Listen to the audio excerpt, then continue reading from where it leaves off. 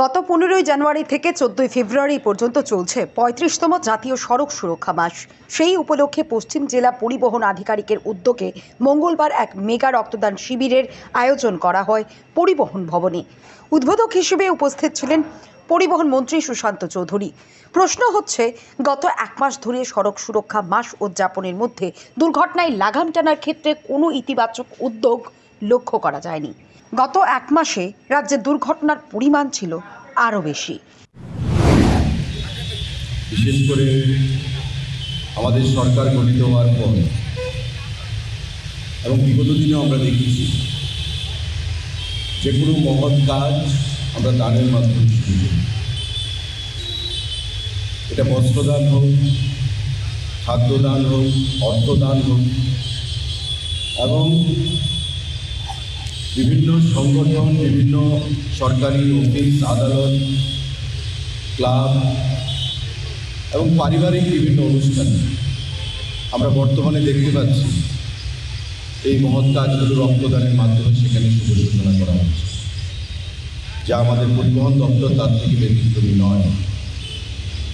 আমি আমার বক্তব্যের শুরুতেই যারা রক্তদান করছেন তাদেরকে অনেক অনেক শুভেচ্ছা এবং অভিনন্দন জানাচ্ছি, কারণ রক্তদানের কোনো বিকল্প নেই। যে কোনো দান, যেটা আমাদের সেক্রেটারি সাহেব বলে গেছেন, যে আমি যখন কোনো কিছু দান করব তার বাইরে আমি কি পাবো, আমি দিয়ে আমি কি পাবো, সেই জিনিসটা কিন্তু মানুষের মধ্যে সবসময় বিচার করা হয়। কিন্তু রক্তদান হচ্ছে এমন একটা জিনিস যার কোনো বিকল্প নেই। আমার রক্ত কার শরীরে যাবে সেটাও আমি জানি না। এই রক্ত কি হিন্দুর শরীরে যাবে, না মুসলমানের শরীরে যাবে, না খ্রিস্টানের শরীরে যাবে, সেটাও আমি জানি না।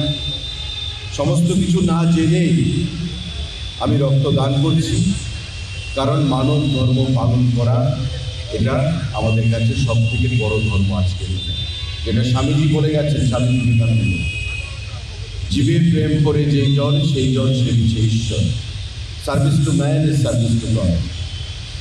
আমরা ভগবানকে কেউ দেখি না, কিন্তু একটা বিশ্বাস যে ভগবান আমাদের মধ্যেই আছে।